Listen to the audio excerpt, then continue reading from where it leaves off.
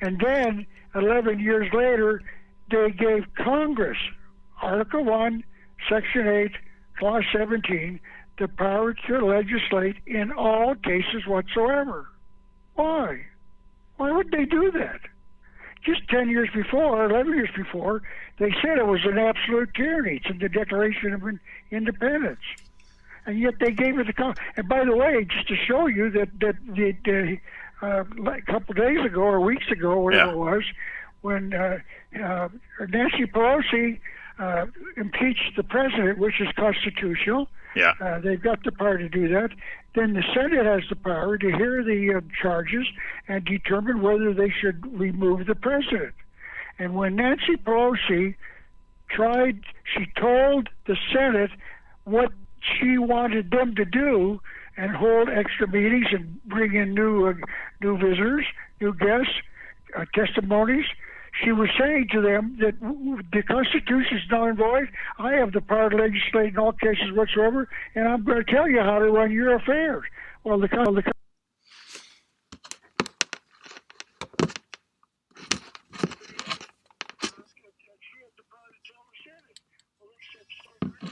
do that, so they decided not to replace or remove Donald Trump from the presidency.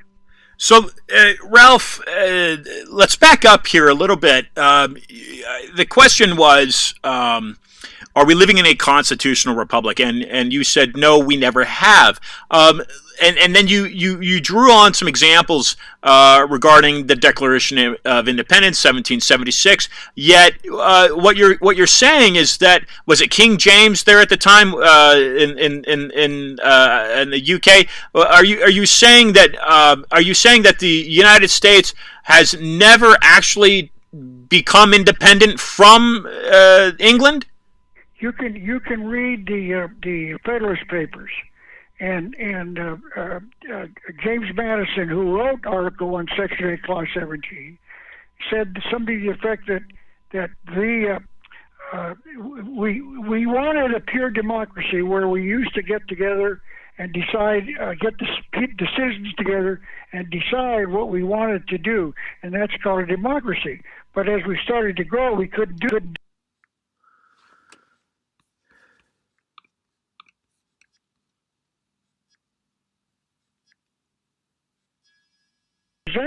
And the majority of them, decided what government would be. And he defined that as a republic. So when the Constitution says that they're going to guarantee a Republican form of government in all the states, they're going to guarantee a Republican, which is a representative democracy. We've never had a true republic. The Constitution has been declared null and void at least in 1938. I'm watching a DVD by pure coincidence. It says it was even earlier than that. But that's the date I used when they got the Constitution declared null and void, and we're living under the Uniform Commercial Code. Now, this is heavy-duty stuff, and I'm not arguing. It's scary. Well, that's right, and you've okay. So George Washington here. I don't know if you're familiar with this, but a quote from a Harvard historian, and I see if I can find it here. Pardon the ill preparedness. Let's see here. Anyway, so to microphrase what a Harvard historian had said, Ralph, in that George Washington had owned shares of the Bank of England during the American Revolution. Is that information that you knew? I have no idea about that. No, I've never heard that. All I can tell you is I read the Declaration and the Constitution and the Declaratory Act. They've got absolute power. They've had it since it was written in the Constitution in 1787. One of the arguments here... 78, I'm sorry.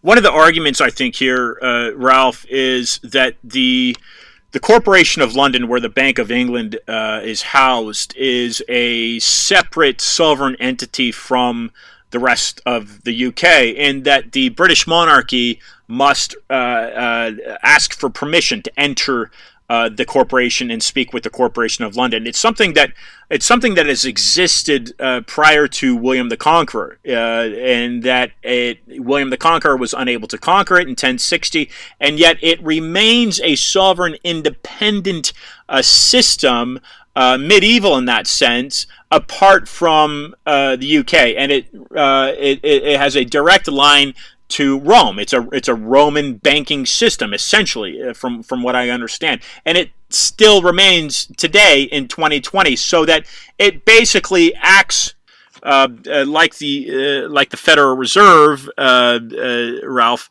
It acts like the Federal Reserve in that it controls the. Like the Federal Reserve, it controls the policies, the foreign policy of the United States. In that sense, it's from a banking standpoint, it's controlling the policies of the United Kingdom. And so I think one of the views is that, like you're saying, to support what you're saying here, in that the United States, being a constitutional republic, is simply a facade, because it's still controlled by these mechanisms that in itself actually also control the British monarchy, which is essentially what the United States came from. Is the founders of this country were primarily from England. Does any of that resonate with what you understand? I don't know much about the corporation, but let me make a point. You mentioned the Vatican. The Vatican is a separate state inside the nation known as Italy, and it's separate. The Washington, D.C. is called the United States as a separate entity from the nation known as America. There is no such thing as the United States of America, and you can confirm that very easily. When the Founding Fathers wrote the Declaration of Independence, they said that we were... Pardon this, folks. Try to thread back in. Was not capitalized because it's not a name or a noun. So the states were united in creating a nation called America. Then they created a Washington, D.C. District of Columbia, and that is called the United States. It's all defined in Article 1, Section 8, Clause 17. So there's the United States, and there's the nation known as America. And to give a quickest, best example of that, I remember going across the border into Mexico. I live in Arizona, and we're 60 miles north of Mexico. And the people living in America could cross from Nogales, Arizona on our side into Mexico, into the Mexico side of the city of Nogales, and we could go shopping. But if we traveled past that and wanted to go south to Guaymas or, where Mazatlan or where it was, we needed papers. But once we were allowed, we were to get into Mexico. As long as we stayed in Nogales, we were free to.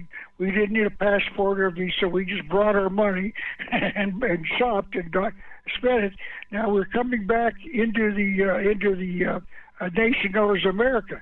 And my mother, my brother, my grandmother, and I, 5 of us, my father, and we were driving the car, this is back in the 60s, across the border. So my mother told my grandmother, Grandma, when we get to the border, the man in America is going to...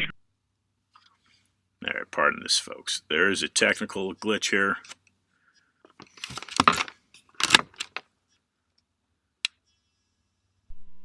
Yeah, yes. Yeah, I'm here, Ralph. I'm sorry. This is abnormal. We're experiencing some issues here technically. Please pick up with your grandmother in Mexico. Thank you. Okay, yeah. So my mother told my grandmother that when she was going to be asked, the man asked each one of us individually, where were you born? My grandmother was born in Poland. She gave up her Polish citizenship and became a citizen of the United States during the naturalization. So don't say Poland, Grandma, because he'll ask you for your papers, and if you don't have your papers, you can't get back into America. So my grandmother lied and said she was born in New York. Well, she wasn't, but anyway, she was able to come back in. Now, when you cross the border from Mexico into America, they ask you, are you a citizen of the United States? Yeah. Well, how did we do that? We were tricked. All of us were tricked because the United States is only Washington, D.C. And I'll give you my own personal testimony. Little Ralphie, when he was a senior in high school, I sat in a class called civics. We're going to learn about government. Oh, that's a nice idea. We should know that.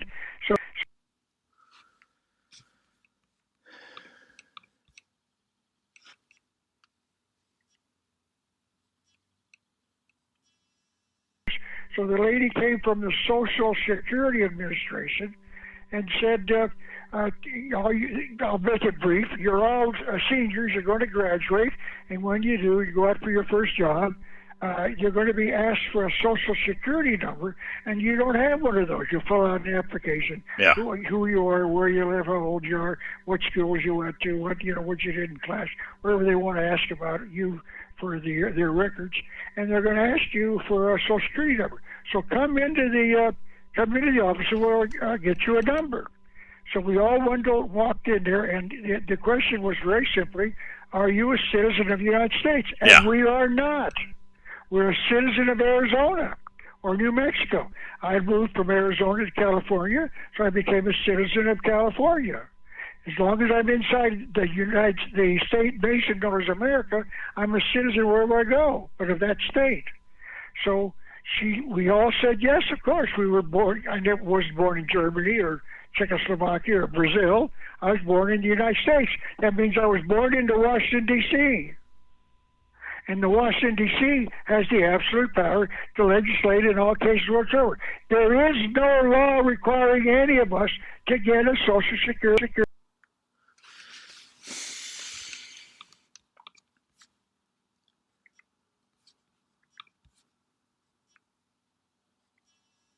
In which they admit it's voluntary. But we all said, and once we said, we signed a contract that we'll pay income taxes and Social Security. We were fooled. We were conned. Now, you can try to get out of it. I don't know that people can. That's the problem. Once you sign a contract, it takes two parties to dissolve it. One party can't dissolve the contract. So we're citizens of the United States. See how we were tricked? There's no law. There's no law requiring us to pay income taxes. There's no law. When you fill out your 1040, it says, "Are you who must pay the taxes? Citizens of the United States." Well, that's us.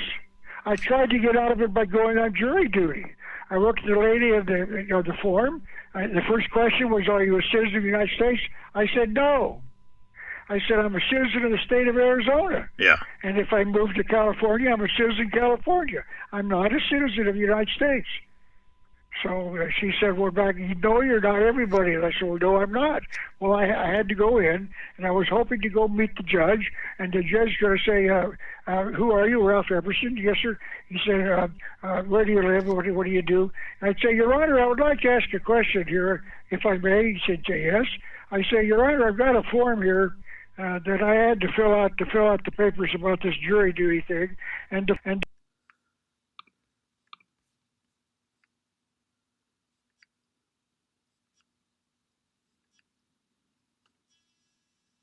so, but I'm not a citizen of the United States now. If I signed some contract and I didn't know or something, then you can produce that I'm a citizen. Then I'll serve on your jury. But barring that, since I'm not, I can go home." Well, I never got the chance, unfortunately. Our jury pool was called, and we sat down and outside the courtroom, and the judge and the jury, not the jury, but the judge and the two attorneys worked out a plea bargain, so we didn't have a chance to hear the case. So I was allowed to go home. But I would have tried. I was going to try to establish the fact that I'm not a citizen of the United States, but I am, because I answered the question. When I walked in to get my socialist, I call it what it is, a socialist security system.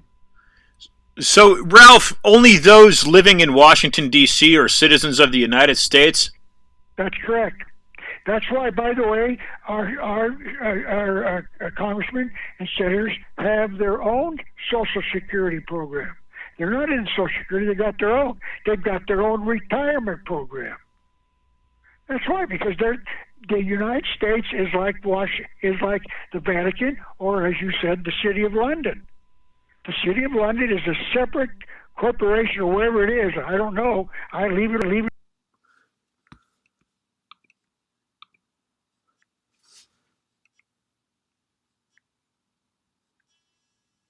The government, Washington, D.C., is the seat of the government of the United States. Go ahead, Ralph. There is no such thing as the United States of America, but we all call it that. But we're lied to, we're conned. Now try to get out. I know people have tried. Some people they claim do. I don't know. I'm not willing to risk it, because if you don't cross every T and dot every I, if you got to bat 100, Ted Williams, probably the greatest hitter of all time, batted 400, which means 60% of the time he didn't get a hit. But in getting out of the Institute of being a citizen of the United States, you better have a better bat 1,000. Yeah, Ralph. So what is the New World Order? What is this? It's a complete reversal of everything. You can read the books written by. I can't remember his name. There's a book out that claims to have been written in 50 or 60 nations already. And he tells what it is. It's a totally new civilization where there'll be no more families, no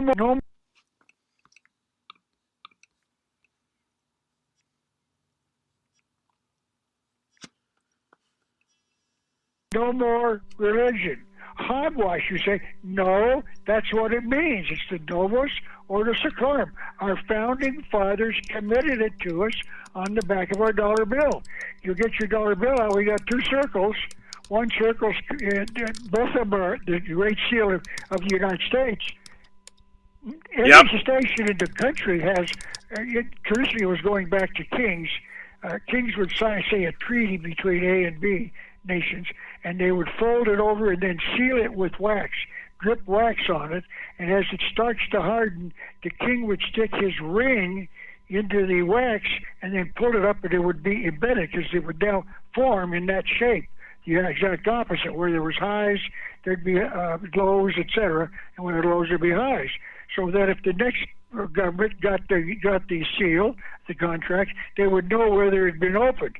Because if someone had opened it in between A and B, then the seal would be broken and you couldn't recreate it. Yeah. So it became a seal. It was the way that the king certified that he was aware of the law and he proved it. So it was called seal. Well, we have two circles. What's the second seal for? It conceals our future.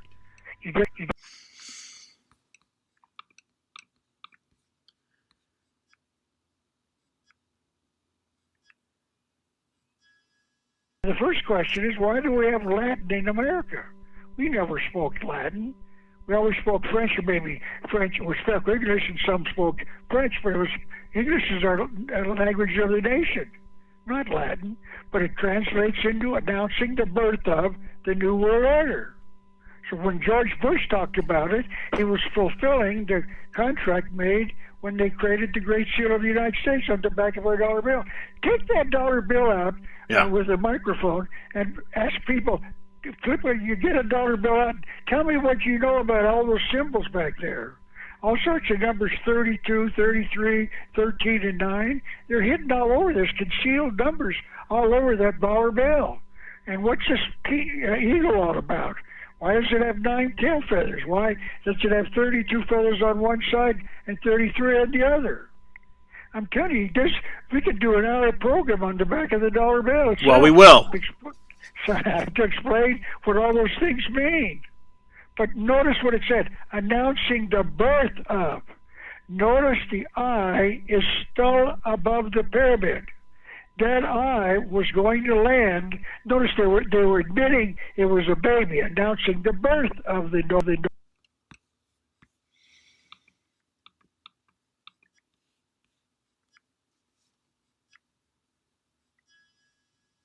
Well, it was supposed to occur on the 1st of January, the year 2000.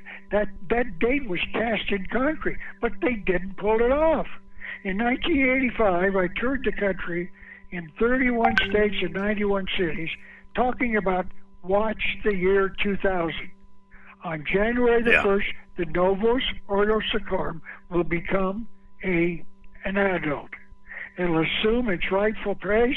The eye will land symbolically on the pyramid, and then the New World Order, with no government, no freedom, no rights, nothing, will start to exist. Well, it didn't happen. And even today, 20 years later, I cannot understand why. Because it was cast in concrete. It should have happened. It was planned to happen by our founding fathers. So we beat them. We beat them once in a major way. We're getting the New World Order under the table, slow and steady, but that slowly but surely we're overcoming that. We're creating a new system of government with Donald Trump. He's doing a great job of saving this country. Yeah, Ralph, this is truly mind-boggling for, I think, a lot of listeners to listen to this. Where does this incept from, Ralph? Is this you mentioned? Well, we both have mentioned Rome. We both have gone to the Vatican. Is that the engine that's driving this? Where does this incept from? Well, let me just say it this way. When I wrote The Unseen Hand in 1985, I thought it was the bankers. They wanted control of the money system, and which they do. They want that. In fact, they've got it already. They've already got control of the money system through the national central banks all over almost every nation has a central bank. But I did not know personally until about 3 years ago where the top layer is. And I'm only going to just say it briefly and then get off the subject, because for me to cover this, I will need several hours to show you. But I do know where it is. It's a group called the Great White Brotherhood. The word white does not mean a race. It means the white of light. The great light, meaning Lucifer, the light bearer. It's run by Lucifer. There are 9 individuals. Now, there are people who support it, who've been there and met these people and talked to them and got their names. We know where the headquarters are. It's not in Switzerland or Berlin or New York City or London. It's in Tibet. Why in Tibet? Oh, that's another story. It would take an hour to explain.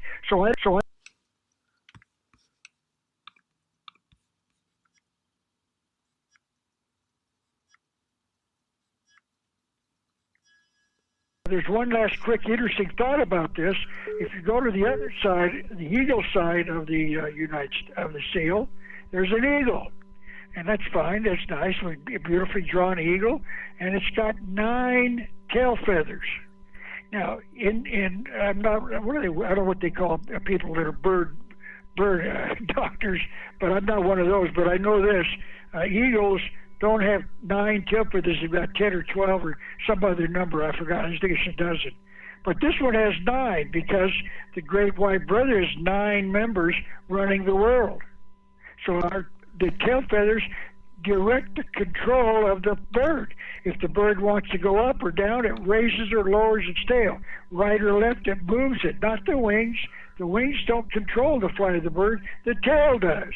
So the 9 in our symbolically on the back of our dollar bill means those 9 tail feathers are controlling the flight of the bird called America.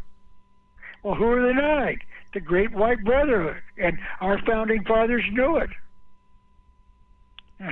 And this is... I go further now. It starts getting hairy and scary. But just leave it alone. Let's save this country. And when we do that, we'll get rid of this novus ordo seclorum. Okay, so Ralph, let's transition to that as we've got a few minutes remaining, and Ralph, will be inviting you back on the program. You are obviously a plethora of information. Let's get into that for a few moments, Ralph. How does one an American or as we're known Americans? How is this country saved? How does this country get saved? It's being, well, let's say it this way. They're going to try to change it. If I may say it this way, let's come in the back door. Our government, in the Unseen Hand, I documented this. Our government forced Chiang Kai-shek to no longer fight the communists in China. Chiang Kai-shek was the first elected official. He wasn't elected by the people, but he was elected by representatives of various organizations that were created by people. And he took that power up, and he was going to create an American-style government in there. And of course, the communists said, "No, you're not." So we stuck and decided to stick with Mao Tse-tung and Zhou Enlai. So we were the ones that disarmed Chiang Kai-shek. He ended up with whatever army he had left into Taiwan, a bunch of islands, or maybe one island off the coast of China. Fortunately, there was a place like that, so Chiang Kai-shek was able to flee and take his government with him. And by the way, in the UNCTAD, I compared the gross national product of this tiny little island to being about 8 times what it was in China with millions of people, or even billions. Little Chiang Kai-shek gave Taiwan a legitimate, true republic, at least as close as you could get. They probably have it better than we do. And in the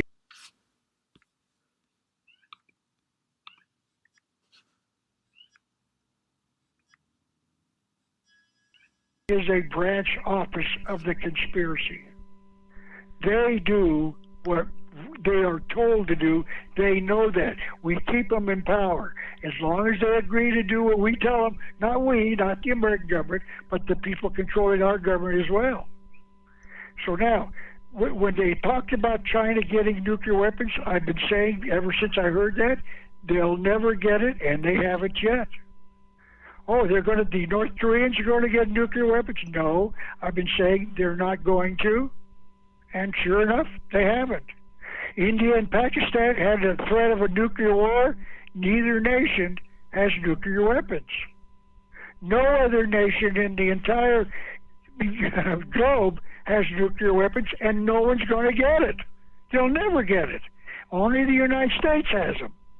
And the reason they do that, and they easily to prove, is let's take David Rockefeller as being one of the nine that run the world. He doesn't. But he's very powerful, or was, because he's passed on now. But let's just use him as an example. Why would he allow, if he's in charge of the world, why would he allow some nation to build nuclear weapons that would blow up David Rockefeller? Right. If you're in charge, you're in charge. And he's in charge. So he says, North Korea, you're not going to get nuclear weapons, and if you do, we're going to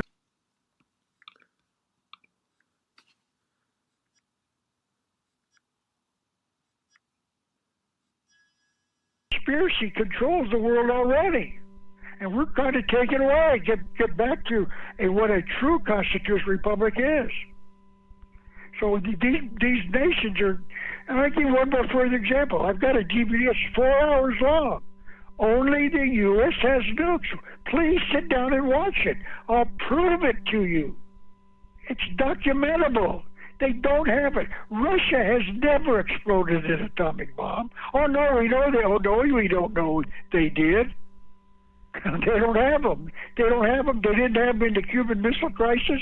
They don't have them now, and they'll never get them because David Rockefeller, yes, an allegory, meaning this conspiracy, says we're not going to let you have nuclear weapons. So they don't get them. Only we got them. And that's the way we use them. We use it as a threat.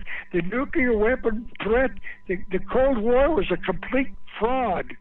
Russia never had a nuclear weapon, and they'll never get one, and they'll never have had one, never built one, never exploded one. That's all a lie. It's all documented by DVD. Only the U.S. has nukes. Find it and watch it. You're going to learn great truths in that thing. It explains I'm the only one that I know saying this, but that doesn't mean I'm wrong. It means I'm right, the others are wrong. See, this is what Ralph Epperson's done. Ralph, this is remarkable. Yeah, go ahead. By the way, I just sent up a brand new DVD. I just finished it. It's going to be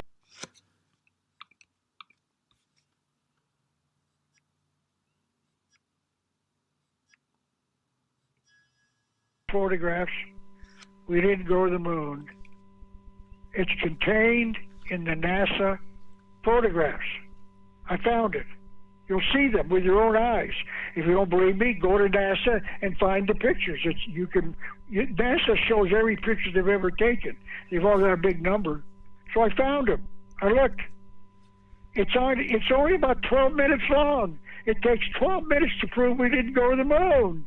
We did not go. We did not go.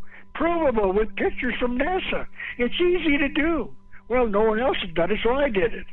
And it's going to be uploaded here pretty soon.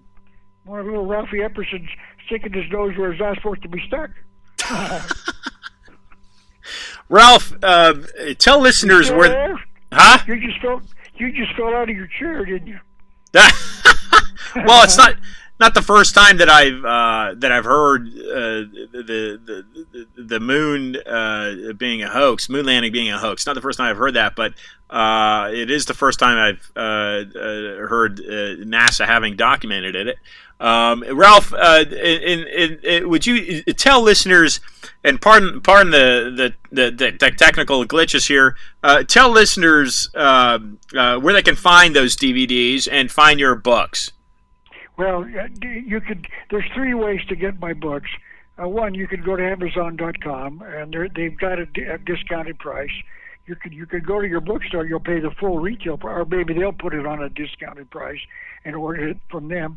Or you can get it from me, and my website is just simply Ralph, R-A-L-P-H Epperson, E-P-P, as in Peter, E-P-P-E-R-S-O-N, Ralph-Epperson.com. And even if you just go and browse, don't have to buy anything, I want you to see how serious this problem is.